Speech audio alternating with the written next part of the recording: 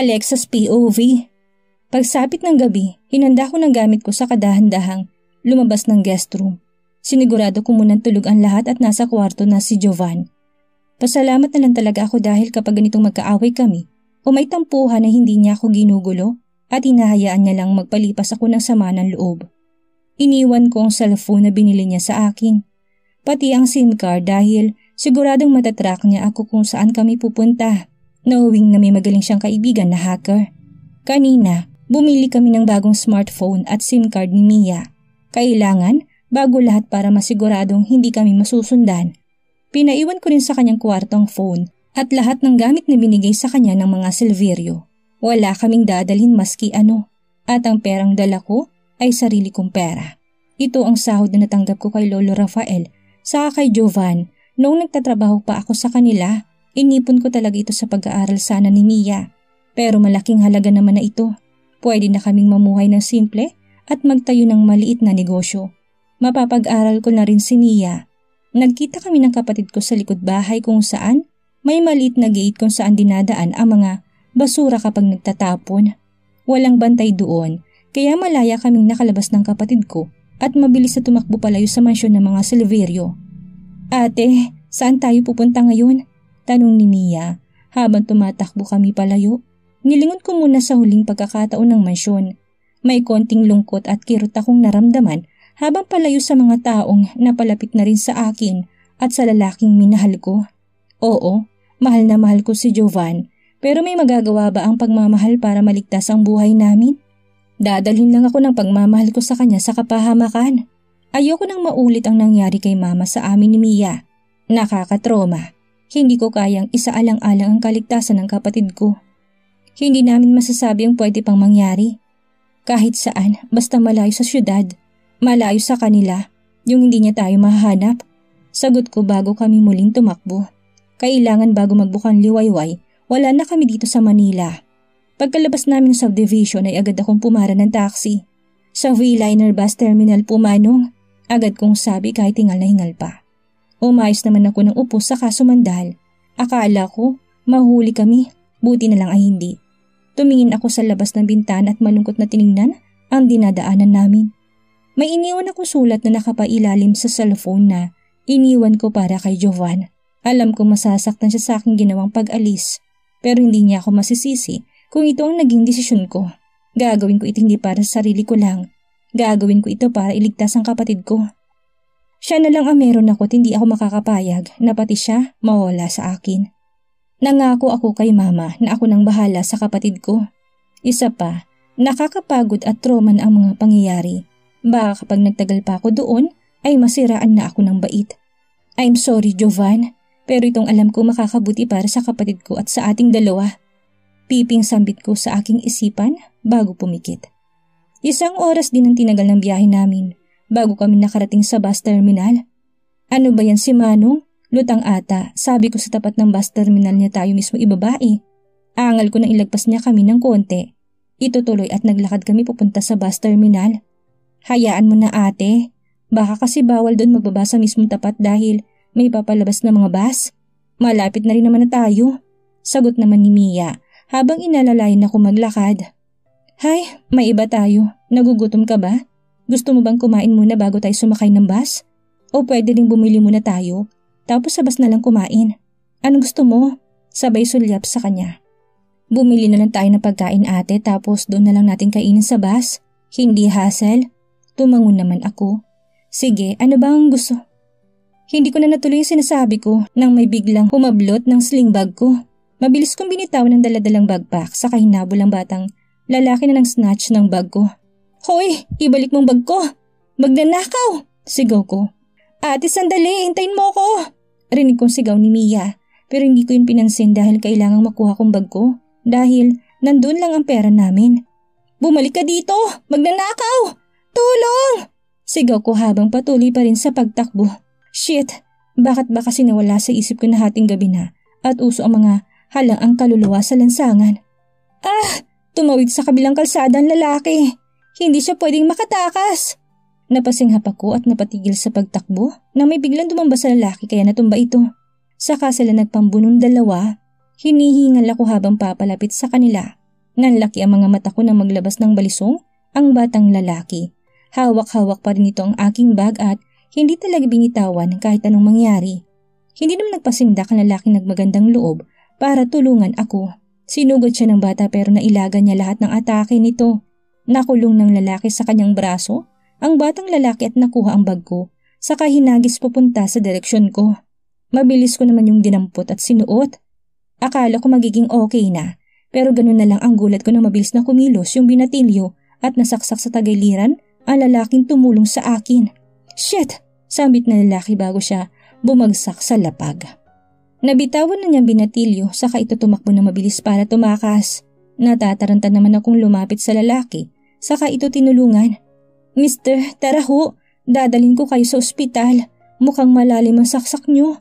Inalalayan ko itong makatayo. Salamat sa pagtulong mo sa akin, sir. Napahamak pa po kayo dahil sa akin. Sorry po, sambit kong muli bago patingin-tingin sa kalsada para pumara ng taxi. Bakit ngayon pa walang dumadaan na taxi? It's okay. Bukal sa akin ang ginawa kong pagtulong. Anyway, I have a car. It's there. Turo niya na siyang sinundan ko naman ang tingin. Nasa tapat ng ATM machine ng kotse nito at nakabukas pang pinto noon. You can take me there and I will take care of going to the hospital. Sinulyapan ko naman ito, hindi makapaniwala. No sir, ako na magdadala sa'yo sa ospital. Dahil sa pagtulong mo sa akin kaya ka nasaksak. Tara na po, baka maubusan kayo ng dugo. Sambit ko habang inaalalayan ito patungo sa sakyan niya. Ate, sandali! Napalingon naman ako sa kabilang kalsada. Oo nga pala, si Mia. Tumigil kami sa paglalakad sa hinintay ang kapatid kong makatawid at lapit sa amin. Anong nangyari? Bakit duguan siya? Tanong nito na makalapit sa akin. Nasaksak siya ng snatcher. Tinulungan niya akong bawiin ang bag ko. Tara, tulungan mo akong dalhin natin siya sa ospital. Hindi naman nagdalawang isip ang kapatid niya at tinulungan siya nitong alalayan ang lalaki. Nang maihiga na namin ang lalaki sa backseat, nagmamadali na akong umikot sa driver's seat at naupo naman sa passenger seat ng kapatid ko. Pinaandar ko kagad ang sasakyan at naghanap ng malapit na ospital. Excuse me ma'am, eto po palang mga gamit niya sir. Inabot sa akin ng nurse ang wallet at cellphone ng lalaki. Baka po kasi mawala at hindi po yan pwede sa loob. Tumango naman ako. Thank you. Pasasalamat ko sa nurse. Nandito kami sa labas ng ER. Hinihintay kung anong sasabihin ng doktor. Nangihinang napasandan na lang ako sa kainuupuan at bumuntong hininga. Bakit lagi nila ako nagiging laman ng ospital? Kotang-kota na ako. Ate, napaangat naman ako ng tingin. Ito hot choco para mainitan ang sikmura mo. Inabot niya sa akin ng isang cup. Tinanggap ko naman. Thank you. Pasasalamat ko sa kauminom. Sakto, kailangan ko ito dahil nakakaramdam na ako ng antok. May binili rin akong pagkain ate. Kumain ka muna para magkaroon tayo ng lakas. Muli kong binalingan ng kapatid ko nakakaupo lang. May dala nga siyang plastic na isang sikat na fast food. Okay na sa akin tong hot choco. Kumain ka lang dyan at magpahinga. Mahina ko sambit bago sumimsim ulit sa iniinom ko. Tumango lang naman ito sa kabinuksan ng isang burger at kumagat. Ate, ano na palang gagawin natin? Ano na plano mo? Bumuntong hininga naman ako. Sisiguraduhin ko munang okay ang lalaking tumulong sa akin bago tayo tumuloy sa pupuntahan natin. Gusto ko muna makapagpasalamat sa kanya dahil kung hindi niya tayo tinulungan, hindi ko mababawi ang bag ko. Nandito pa naman lahat ng pera natin. Kung nagkataon, dadamputin kami sa kalsada ng kapatid ko. Buti na lang may nagmagandang loob na tulungan ka ate. Kung hindi wala tayong magagamit na pera. Kaya nga, tapos nasaksak pa siya dahil sa pagtulong sa akin. Kaya bago tayo umalis gusto ko muna maging maayos siya. Tumango-tango naman ito bago pinagpatuloy ang pagkain. Maya-maya may lumapit sa amin na nurse. Good morning ma'am, kayo po ang kasama ni sir, hindi po ba? Yung may saksak? Ah yes, pwede ko po bang malaman kung ano pong pangalan ni sir at kung ano niya po kayo? Naku, hindi ko po alam ang pangalan ng lalaki. Alanganin akong ngumiti bago nagsalita. Actually, miss tinulungan niya lang ako. Nasnatch kasi ang bag ko at siya ang tumulong sa akin. Hindi ko rin alam ang pangalan niya. Paliwanag ko. Ganun po ba? Wala po ba kayong gamit ni Sir John para i-check natin baka may ID siya? Cellphone? Bag? Wallet? Mga ganun po. Bigla ko namang naalala yung binigay sa akin ng isang nurse. Binigay niya sa akin ang wallet ng lalaki. Dali-dali ko namang kinuha sa bag ang wallet sa kabinuklat para tingnan kung may IDs. Napangiti ako na may makita sa kahinugot. Leon Alonzo? Mahina kong basa sa pangalan nito. Bakit parang familiar? Ay, ayan ma'am, pwede ko po bang mahiram? Kailangan lang po para sa form ni sir. Tumango naman ako sa inabot sa kanya ang ID. Leon, saan ko ba narinig ang pangalan yun?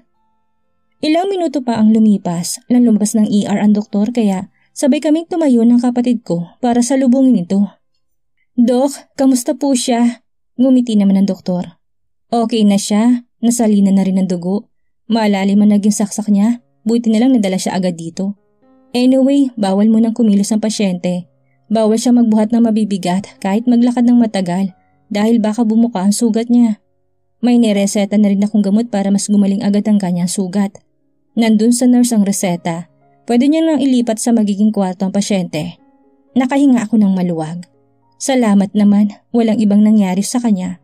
Kung hindi ay sobra talaga akong makokonsensya. Nakalipat na kami sa kwartong kinuha ko para kay Leon.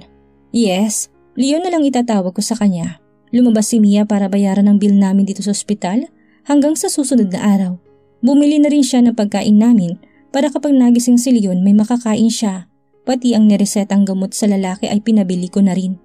Nakaupo ako ngayon sa upuan malapit sa bintana habang nakatanaw sa labas. Umaga na. Hindi ko alam kung alam na ba ng tao sa mansyon na wala na kami doon. Siguradong kapag nalaman ni Jovan na umalis na ako, ipapahanap niya ako sa mga tauhan niya. Kaya kailangan magdoble ingat kami. Hindi pwedeng makita niya kami at ibalik sa mansyon. Nabalik ako sa ulirat nang marinig ang mahinang ungol kaya agad ako napalingon sa kinahihigaan ni Leon. Nanlaki ang mga mata ko at agad lumapit sa kanya na makitang gising nito. Kamustang pakiramdam mo, Leon? May hinahon kong tanong. Napatigil naman ito sa pagkilos at hindi makapaniwalang tumingin sa akin. Kilala mo ako? Namamaos ang kanyang boses na tanong. Natawa naman ako ng mahina. Oh, sorry about that. Pinakialaman ko palang IDs mo kasi tinanong ng nurse kaya alam ko ng pangalan mo. Sorry kung nangialam ako ha. Alangayin ako ngumiti baka kasi magalit siya dahil nangialam ako. Okay, akala ko kilala mo ako. Can you help me to sit down? Of course. Dahan-dahan ko siyang inalalayang umupo. Oo nga pala, bili ng doktor na bawal ka raw kumilos muna. Bawal ka ring magbuhat-buhat, baka daw bumuka ang sugat mo. I see, sambit niya bago sumandal. You want water? Ngumiti naman ito saka tumango. Yes please. Madali naman akong umikot sa kabila kung saan nakalagay ang tubig. Sinalinan ko ng tubig ang baso, saka inabot sa kanya. Thank you Alexa. Napatigil naman ako at gulat na napatingin sa kanya. What did you say? Nautal kong tanong, sinisiguradong tama ba ang aking narinig. Napatigil naman siya sa pag-inom sa kabinabayon. Bumuntong hininga siya saka ako seryosong tinignan. May gusto akong sabihin sa'yo. Alam kong magugulat ka at hindi ka maniniwala sa sasabihin ko pero ayokong itago sa yung tunay kong pagkatao. Kilala kita. Ikaw si Alexa Jane G. Silverio, na asawa ni Jovan at ang kinatatakutan at makapangyarihang mafia sa underground. Namilog ang mga mata ko dahil sa huling salitang sinabi niya. Kilala niya si Jovan. Alam niyang ito si King ng underground. Napatras ako sa takot. Shit, bakit sa dinami-dami na pwedeng tumulong sa akin, siya pa na konektado sa lalaking nilayuan ko? Who are you? Kinakabahan kong tanong.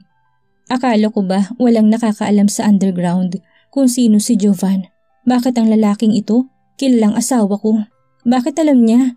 Tinaas niyang mga kamay saka umiling.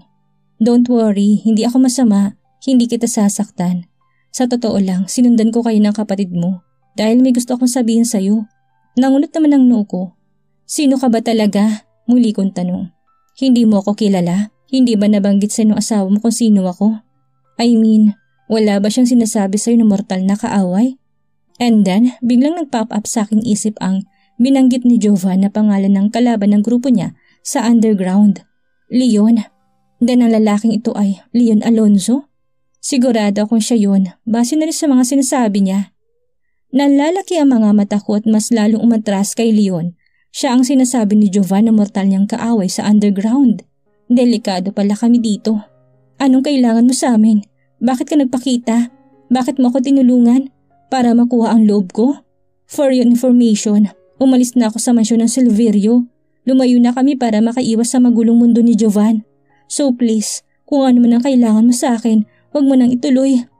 Ayaw ko nang madami sa gulo ng mga mafia. Kinakabahang sambit ko. Bumuntong hininga siya sa kaseryoso akong tinitigan sa mga mata.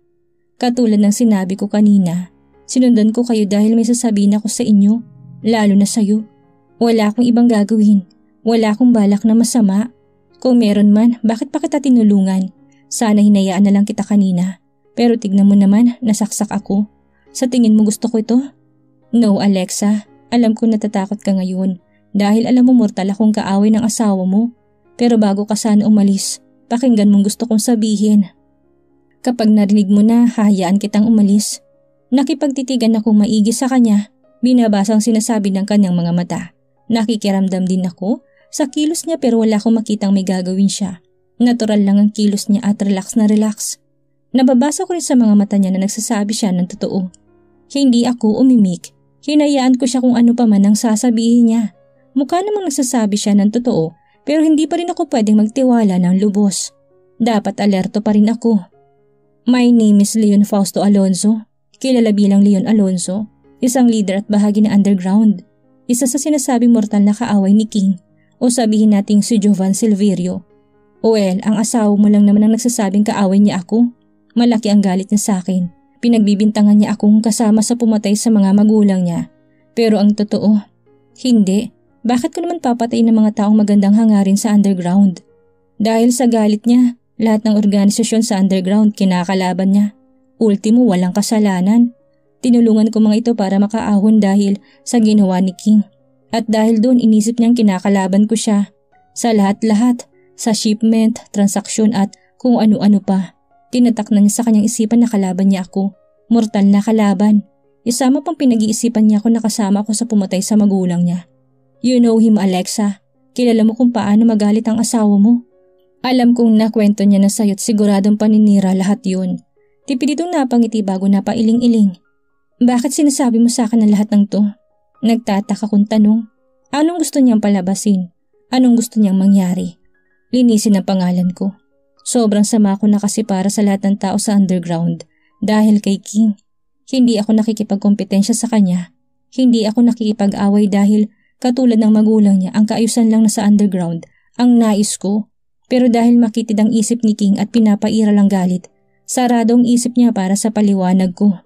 At kung nagtataka ka kung bakit alam kong sekreto niya, matagal ko nang alam na siya si Jovan Silverio, ang sikat na negosyante sa Asia. Pero nanahimik lang ako at hindi ko yun sinabi sa underground dahil ginagalang kong kagustuhan niya at para na rin sa privacy niya.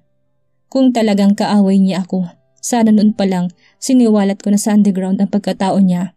Pero hindi ko yun ginawa, hindi ako umimik. Tinitimbang kong sinasabi niya kung nagsasabi ba siya ng totoo. Halos lahat ng sinabi niya ay may tama din. Noong bago pa lang ako sa mansyon nila Lolo Rafael, kitang-kita kung anong ugali noon ni Jovan. Lagi itong galit. Walang pinakikinggan, ano-anong masasakit na salitang sinasabi.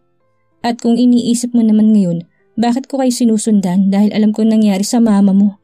Doon na ako nabalik sa wisyo, biglang bumilis ang tibok ng puso ko. Anong alam mo? Sadyang pagpatay sa mama mo. Hindi yun nagkataon lang. Bigla akong nanghina sa aking narinig. Buti na lang, napakapit ako sa sandalan ng sofa. Napansin ko rin ang duman na pag-alala sa mukha ni Leon. Totoo ba yung sinasabi mo? Yes, Alexa. Nagsasabi ako ng totoo. Ito ang dahilan kaya kita sinundan. Kailangan mong malaman ng totoo dahil magulang mo ang nawala. Paano ako maniniwala sa'yo? May pruweba ka ba? May ebidensya? Nanginginig na boses na tanong ko. Ako mismo nakakita ng mga nangyari. Pinalabas ng dalawang grupo na naghahabulan sila. Pero ang totoo, tinarget nilang magulang mo sa utos ni Suzuki. Namilog ang mga mata ko. Ang sabi ni Jovan, patay na si Suzuki. Akala ko patay na siya. Papaano nabuhay ang lalaking yun? Nauutal kong tanong. Hindi siya napuruhan ni Jovan. Nagmamadaling asawa mo na nahanapin ka. At siyang nagplano na patay ng mama mo. Para makaganti sa asawa mo. Nandoon ako sa pangyayaring yun dahil bala kong iligtas ang mama mo kaso nahuli na ako. Nagitna na nilang sinasakyan ng magulang mo at pinagkalat na ni Suzuki sa underground ang pagkatao ng asawa mo. Hindi ba wala siyang kahapon sa bahay niyo? Yun ay dahil inaayos niyang kaguluhan sa underground. Pinatay niya mga taong nakaalam ng pagkatao niya. Yun ang totoong kulay ng asawa mo. Buti nilang talaga nagdesisyon kang umalis dahil nasa panganib ang buhay mo. Ikaw at ang kapatid mo ang susunod na target ni Suzuki. Sa inyo maghihiganti ang lalaking yun. Kaya ako rin kayo sinusundan ay para masigurado ang kaligtasan niyo. At ngayon na nakilala na sa underground ang asawa mo, lahat ng may galit sa kanya at balak magiganti. At kayo na malapit sa kanya ang gagantihan ng mga ito. Hindi ako totally masamang tao. May mga rason lang ako kaya nakakagawa ng mali. Pero ang pinaka main goal ko ang kaayusan ng underground. Yun lang ang dahilan ko kaya kita sinundan. Para malaman mo ang totoo. Hindi ako umimik sa kabahagyang yumuko. Muli na namang nabuhay ang galit sa aking puso. So tama ang sinabi ni Giselle at si Jovan. Nagsinungaling siya sa akin sa totoong nangyari sa pagpatay kay mama. Hindi pala aksidente ang nangyari dahil sadya pala ang lahat. Naikuyom ko ang kamao. Bakit kailangan mo itago sa akin ang katotohanan, Jovan? Nang dahil sa mga kaaway niya, nadamay ang nanay ko. Hindi kita mapapatawad sa pagsisinungaling mo sa akin. Yun lang ang gusto kong sabihin sa'yo't ang pakay ko. Ang malaman mong katotohanan dahil karapatan mo yun. Pwede ka nang umalis. Magpakalayo-layo ka at magtagong mabuti para hindi ka mahanap ng asawa mo at ng ibang grupo sa underground. Napatingin ako ulit sa kanya. May ngiti na sa labi nito, isang tunay na ngiti iyon. Mag-iingat kayo. Habang nakatingin kay Leon, may nabuong desisyon sa aking isip. Galit ako. Sobrang galit na nararamdaman ko ngayon. Hindi ko akalain na magagawa sa aking itago ni Jovan ang katotohanan tungkol sa nangyari kay mama. Seryoso akong tumingin kay Leon bago lumapit dito. Can you help us to hide? Ikaw ang may kakayahan na maitago kami ng kapatid ko at hindi makita ni Jovan. Please help us. Lubusin mo ng pagtulong mo sa amin ng kapatid ko. Ramdam ko namang nagsasabi ng totoo si Leon. Isa pa, kapag siyang nagtago sa amin, siguradong hindi kami makikita ni Jovan. Hindi niya iisipin na kasama kami ni Leon. Hindi naman siya makapaniwala sa aking sinabi. Hindi niya inaasahan na sa lahat ng sinabi niya sa akin, ito pa ang sasabihin ko. Are you sure about what are you saying, Alexa? Yes, seryoso kong sambit. Magtatago muna ako sa ngayon pero babalik ako at haharapin muli si Jovan. Magtutuos kami sa ginawa niyang pagsisinungaling sa akin. Okay, if that's what you want. Tatawagan ko mga tauhan ko para i-ready ang chopper. We will leave tomorrow and go to Palawan. May binili akong isla doon. It's a hidden island. Sigurado ako hindi kayo mahahanap ni Jovan. Seryosong sabi ni Leon, kaya tumango ako. Thank you, Leon. Thank you for helping us. Lalayo kami ng kapatid ko at sa pagbabalik ko, maghaharap tayo, Jovan Silverio. Asawa man kita't mahal pero hindi ko matatanggap ang ginawa mo sa akin at ang paglilihim mo. Gaganti ako at babalikan kita. Jovan's POV. Kinabukasan, maaga akong gumising para ipagluto ng almusal ang asawa ko at puntahan ito sa guest room. Doon naman ito namamalagi kapag nagkakaroon kami ng hindi pagkakaunawaan. Sanay na rin naman ako. Siguro naman tama nang binigay ko sa kanyang oras kahapon para makapag-isip-isip na wala na sigurong galit niya sa akin. Sana kausapin na niya ako ngayon. Ipapaliwanag ko sa kanya ang lahat. Kahit masasakit ang mga binitawan niyang salita sa akin noong nakaraang gabi ay ayos lang. Alam ko nadala lang siya ng galit at emosyon. Naiintindihan ko siya. Dumiretso ako sa banyo para maghilamos sa toothbrush. Nang maayos ko ng sarili, dumiretso na ako sa kusina para gawa ng almusal si Alexa. Kapag naging okay kami ngayon, ipapasyal ko siya para maibsan kahit papaano ang lungkot niya. Mag-iisang oras bago ako natapos sa mga niluto ko. Inayos ko sa tray ang mga hinanda kong almusal. Saka nagpatulong kay Ling sa pag-akyat ng mga ito.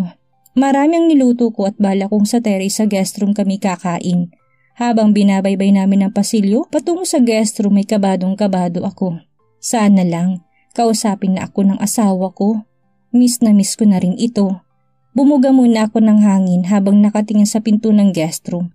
Buwisit, sa labanan ang mga kaaway ko, hindi ako natatakot ng ganito. Pero sa asawa ko, grabe ang kabang binibigay niya sa akin. Nang makalma ko ng sarili, marahan akong kumatok. Walang nagbukas. Kumatok ulit at baka tulog pa ito. Pero nakailang minuto na akong kumakatok, wala pa rin talaga nagbukas. Nangangalin na ako kaya hinawakan ko ng doorknob at dahan-dahang binuksan ang pinto. Kakaibang katahimikan na sumalubong sa akin. Bigla ring bumilis ang tibok ng puso ko sa hindi malamang dahilan. Nilibot kong mata sa paligid. Ang kama ay napakaayos. Parang walang humiga. Hanggang sa tumigil ang paningin ko sa cellphone na nasa ibabaw ng bedside table. Sir, ilalapag ko na lang po ito sa lamesa. Napukaw niling ang atensyon ko, kaya bumaling ako dito. Pakilagay na lang doon tapos pwede mo na akong iwan. Tumango naman ito saka ako naglakad patungo sa bedside table at doon pinatong ang hawak kong isa pang tray. Nangunot ang noo ko nang makitang may puting papel na nakaipit sa ilalim ng cellphone. Mas lalong bumilis ang tibok ng puso ko. May nakakapa rin akong takot. Nanginginig at pinanlamigan ako ng kamay habang hinihilang papel sa pagkakaipit. Nang makalabas na siling ay doon ko lang ito binuklat at binasa. Alexa's letter to Jovan. Jovan, by the time you're reading this, I'm not in the mansion anymore. Sorry because I decided to leave. Gusto kong makalayo. Malayo sa magulong mundo mo. Ang hirap pala. Sobrang hirap palang mahalin ng isang katulad mo. Akala ko makakaya ko at maintindihan kita. Pero habang tumatagal, unti-unti na ako nahihirapan. Nadami ang pamilya ko. Nawala si mama sa amin dahil sa magulong mundo. Matatanggap ko pa kung ako yung masaktan at madamay Pero ibang usapan na kapag ang mahal ko nasa buhay. Masakit sa akin na dahil sa buhay na meron ka, nawala ang pinakamamahal kong ina. Dahil sa mga organisasyon na yon, nawala sa amin ang nag-iisa naming magulang. Siya na lang ang meron kami pero nawala agad. Yung tahimik naming buhay naging magulo. I was scared for our safety so I chose to stay away. I don't want to lose my sister. Siya na lang ang meron ako. I love you, but my sister's safety is more important to me. I hope you understand that. I left everything you bought for me and I didn't bring anything. Maski pera mo hindi ako nagdala. Iniwan ko rin ang cellphone na binigay mo sa akin. Thank you for everything. I'm still happy dahil minahal kita. Naging masaya pa rin ako. For now, let me go away to find myself. Sobrang nakakatroma ang mga nangyari. Huwag mong papabayaan ang sarili mo. Alam kong mababaw para sa inyo pero hindi niyo ako masisisi. Iniisip ko lang ang kapakanan ng kapatid ko. Again, thank you for everything. Until we meet again. Alexa. Shit, no. Bulong ko sa aking sarili. Unti-unti na nagpaatakan ng luha sa aking mga mata. Naninikip na din ang dibdib ko dahil sa sakit na nararamdaman. No, hindi magagawa sa akin ito ni Alexa. Hindi niya ako iiwan. Mahal niya ako. Lumulong sabi ko bago mabilis na tumayo para hanapin ang asawa ko sa buong mansyon. Baka ginawa lang niya sulat para inisin ako o saktan. Hindi niya magagawa sa akin ito. Mahal niya ako. Hindi niya ako sasaktan ng ganito. Tumakbo ako at hinanap kung saan sa ang kwarto ito. Nang hindi ko siya nakita ay tumakbo ako pababa. Tinatawag pa ako ni Lolo Rafael at Eliza pero hindi ko sila pinansin at nagmamadaling dumiretso sa likod ng bahay para puntahan ang bahay nila doon. Pagbukas ko ay katahimikan na sumalubong sa akin. Katulad ng ambience sa guest room, ganun din dito. Pero hindi ako nawala ng pag-asa. Tinungo ko ang kwarto nila pero wala pa rin ako nadatnan. Tangna, sabay suntok sa pinto. Tuluyan na nga ako ng hina at napaiyak. Umalis na nga si Alexa at iniwan ako. Iniwan na ako ng asawa ko. Nang dahil sa buhay na meron ako, iniwan ako ng taong pinakamamahal ko. Why wife? Why did you do this to me? Bakit hindi mo man lang ako kinausap at bigla ka na lang umalis ng walang pasabi? Napaihilamos na lang ako sa aking muka. Saka sunod-sunod na sinuntok ang pinto ng aking harap. Doon ko ibinuhos ang sakit na nararamdaman. Kuya! Jovan! Ano bang nangyari sa iyong ba? Napatigil sa kanyang sinasabi si Grandpa nang luhan akong bumaling sa kanila. Pareha silang gulat ni Eliza sa aking itsura. All these years. Ngayon na lang ulit ako umiyak ng ganito. Diyos ko, anong nangyari? Bakit ka umiiyak? Nag-aalalang tanong nito. Nakayuko na lang ako at kinuyom na marin ng aking kamao. Iniwan na tayo ni Alexa at Mia. They left us. My wife left me. Garalgal ang boses sa sambit ko. What happened? Bakit ginawa ni Alexa yun? Sigurado ka ba? Baka naman umalis lang sila. Umiling ako. May iniwang sulat si Alexa sa akin. Sinisisi niya ako sa nangyari kay tita. Nalaman niya kasing mga tao sa underground ang mga nang ambush. Nagalit siya at ito iniwan na niya ako. Natakot na siya na baka pati sila'y madamay. Punyet ang buhay to. Napasa po nilang ako sa aking ulo nang kumirot yun. Bakit naman nagkasabay-sabay ang problema ko? pati sa underground ay may problema. Hindi ko inaasahan na ito ang magiging desisyon ng asawa ko. Akala ko nagtatampo lang siya. Akala ko nasa guest room lang siya at nagkukulong. Yun pala, wala na siya dito at iniwan na ako. Kuya, hahayaan mo lang ba na tuluyang lumayo si Ate Alexa? Wala ka bang gagawin? Galit siya at alam natin na masyadong mabigat ang pinagdadaanan niya ngayon. Hindi natin siya masisisi kung ganito maging desisyon niya. But you understand her situation. Prove to her that you love her and explain everything to her little by little. Huwag mo siyang sukuan. Ipaglaban yung relasyon niyo. I know Ate Alexa will understand that too. Don't give up immediately. Fight for her. Parang may kung anong sumampal sa akin dahil sa sinabi ni Eliza. Napatingin ako sa kanya nang hawakan niya ang aking kamay.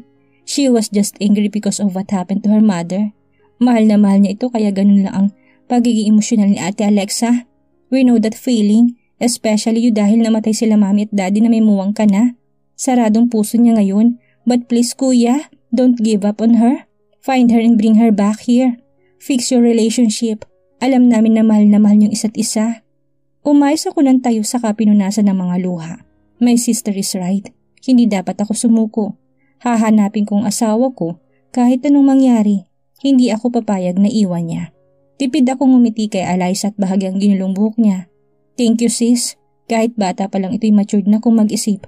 Parang hindi 8 years old ang nagbigay sa akin ng payo. Saan ka pupunta apo? Nagtatakang tanong ni Grandpa na nagpasan ko sila. Hahanapin si Alexa. Hindi ako makakapayag na iwan niya ako. Seryoso kong sambit bago nagmamadaling lumabas. Ano ang mangyayari ngayon nasa poder na ni Leon si Alexa na mortal na kaaway ni Jovan? Totoo nga kayang sinabi ni Leon kay Alexa? Mahanap pa kaya ni Jovan si Alexa? Yan ang ating aalamin sa susunod nating kabanata.